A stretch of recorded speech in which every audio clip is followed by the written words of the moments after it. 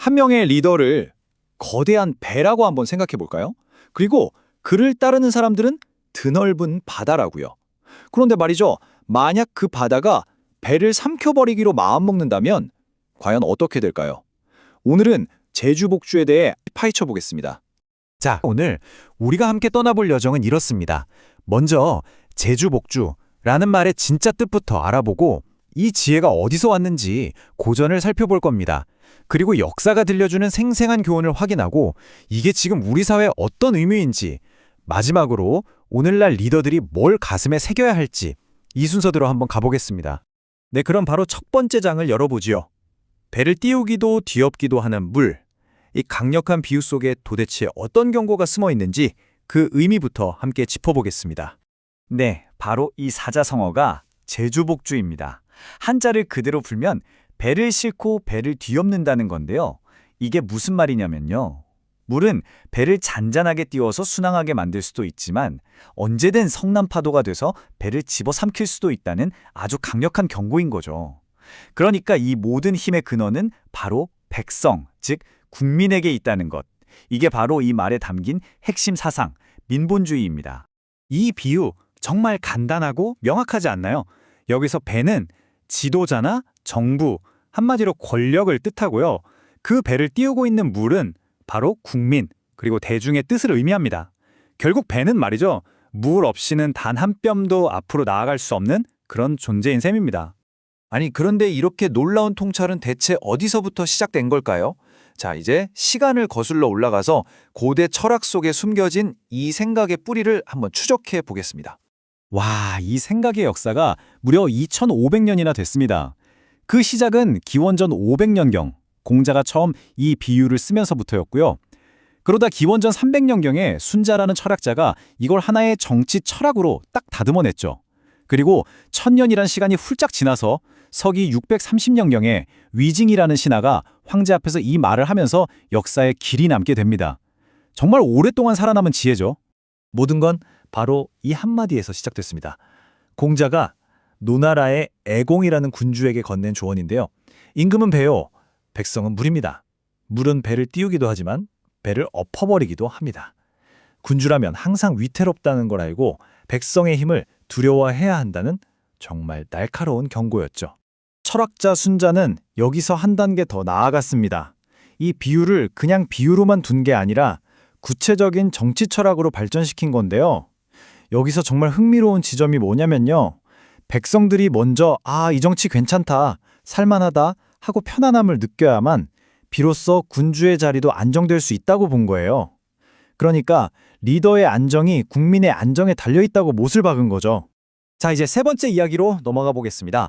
역사가 증명한 교훈들, 똑같은 경고 앞에서 완전히 다른 선택을 했던 두 리더의 이야기를 통해서 이 지혜가 현실에서 어떤 결과를 낳았는지 생생하게 한번 살펴보시죠. 첫 번째 사례는 이 경고를 아주 지혜롭게 받아들인 긍정적인 예입니다. 바로 중국 역사상 최고의 군주 중 한 명으로 꼽히는 당나라 태종의 이야기인데요. 과연 그는 이 물의 힘을 어떻게 이해했을까요? 그의 곁에는 위징이라는 정말 대단한 신하가 있었습니다. 그는 황제에게 물은 배를 띄울 수도 있지만 뒤집을 수도 있습니다. 이 말을 입에 달고 살면서 쓴소리를 멈추지 않았다고 해요. 생각해보세요. 당대 최고의 권력자에게 이런 직언을 한다는 건 정말 목숨을 내놓지 않고서는 할 수 없는 일이었죠. 결과가 어땠을까요? 놀랍게도 태종은 이 혹독한 진실을 그대로 받아들였습니다. 백성들의 비판에 귀를 기울인 거죠.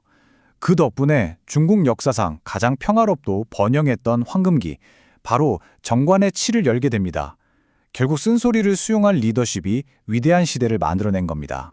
자, 그럼 이제 정반대의 경우를 한번 볼까요?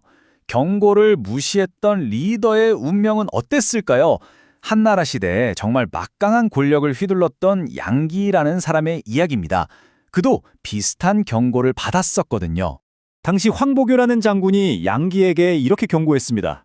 군주는 배, 백성은 물, 그리고 당신은 그 배에 노를 젓는 사공입니다. 만약 당신이 거만하고 게으르다면 그 배는 가라앉고 말 겁니다. 어때요? 원래 비유에 사공이라는 역할을 더해서 책임이 누구에게 있는지 훨씬 더 분명하게 했죠. 하지만 양기는 이 뼈아픈 충고를 그냥 한 귀로 듣고 한 귀로 흘려버렸습니다. 자신의 권력에 취해서 백성들의 목소리를 무시했고 결국엔 모든 신뢰를 잃고 비참한 최후를 맞이했죠. 역사는 이렇게 경고를 무시한 리더의 끝이 어떤지를 아주 명백하게 보여주고 있습니다. 이제 네 번째, 현대사회의 메아리입니다. 이 수천 년 전의 격언이 어떻게 오늘날의 정치적 격변을 놀라울 정도로 정확하게 설명하는지 그 현대성을 한번 확인해 보겠습니다. 2010년 바로 그해 우리나라 대학 교수들이 올해의 사자성어로 군주민수를 뽑았습니다. 임금은 배, 백성은 물이라는 뜻인데요. 사실상 제주복주와 똑같은 말이죠. 이 선택은 당시 우리 사회에 대한 아주 날카로운 논평이었습니다. 엄청난 국정농단 스캔들, 그리고 여기에 분노한 시민들이 광장을 가득 메웠던 촛불 시위, 결국 대통령 탄핵으로까지 이어진 그 모든 상황을 정확히 꿰뚫은 거죠. 말 그대로 물이 배를 뒤집기로 결정한 바로 그 순간이었습니다. 그리고 이 원칙은 우리나라에만 해당되는 게 아닙니다. 수십 년간 철권 통치를 했던 리비아의 독재자 무아마르 카다피도 결국 민심을 잃고 분노한 시민들의 손에 무너졌죠. 이 사건 역시 2000년 전의 경고가 오늘날에도 얼마나 보편적이고 강력한 진리인지를 보여주는 또 하나의 생생한 증거라고 할 수 있습니다. 자, 이제 드디어 마지막 순서입니다. 이 모든 역사적 교훈들을 바탕으로 오늘을 살아가는 우리 모두, 특히 조직을 이끄는 리더들이 실질적으로 적용할 수 있는 지침들을 한번 정리해 보겠습니다. 모든 리더가 반드시 기억해야 할 4가지 원칙입니다. 첫째, 스스로가 근원이 되어야 합니다. 리더 한 사람의 행동이 조직 전체의 분위기를 좌우하니까요. 둘째, 공정함을 실천해야 합니다. 편애하지 말고 진심으로 구성원들을 챙겨주세요. 셋째, 쓴소리에 귀를 기울여야 합니다. 비판을 환영해야만 가라앉지 않고 계속 앞으로 나아갈 수 있습니다. 그리고 마지막 넷째, 물을 기억해야 합니다.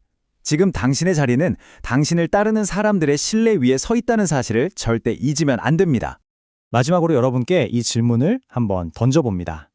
정보가 순식간에 퍼져나가고 사회적 움직임이 그 어느 때보다 빠르게 조직되는 지금 시대에 과연 물의 힘이 지금보다 더 강력했던 적이 있었을까요? 순자는 이렇게 말했습니다. 군주는 백성의 근원이다. 결국 리더의 성품과 태도가 한 공동체의 성공과 실패를 결정하는 궁극적인 시작점이라는 걸 다시 한번 생각하게 되네요. 모든 것은 리더, 바로 그 근원에서부터 시작됩니다.